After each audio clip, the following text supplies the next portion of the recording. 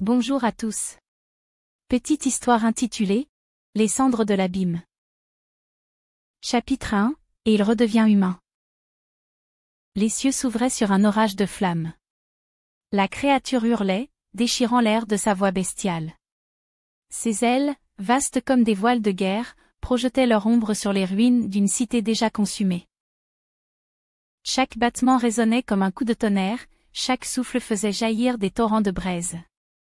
Ses yeux, incandescents, semblaient sonder les âmes, et son corps, sculpté dans la roche et le feu, portait les cicatrices de millénaires de combats.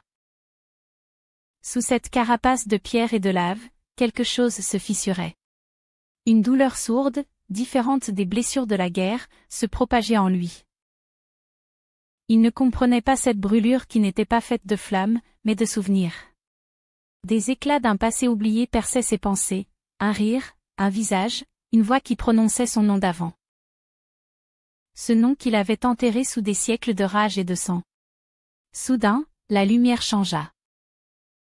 Les nuages en fusion se déchirèrent, laissant filtrer un rayon pâle qui toucha sa poitrine.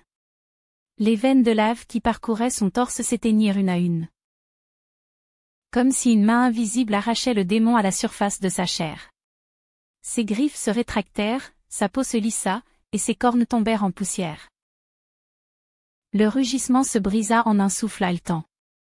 Et là, au milieu des flammes qui s'éteignaient lentement, un homme apparut. Nu, agenouillé, couvert de cendres et de larmes, il levait des yeux troubles vers le ciel. Dans ce regard brillait encore l'ombre de la bête. Mais aussi une étincelle nouvelle, celle d'une âme rendue à elle-même. Il ne savait pas pourquoi il avait changé, ni combien de temps il lui restait avant que la bête ne réclame à nouveau sa chair. Mais il savait qu'il n'était plus seul dans cette guerre.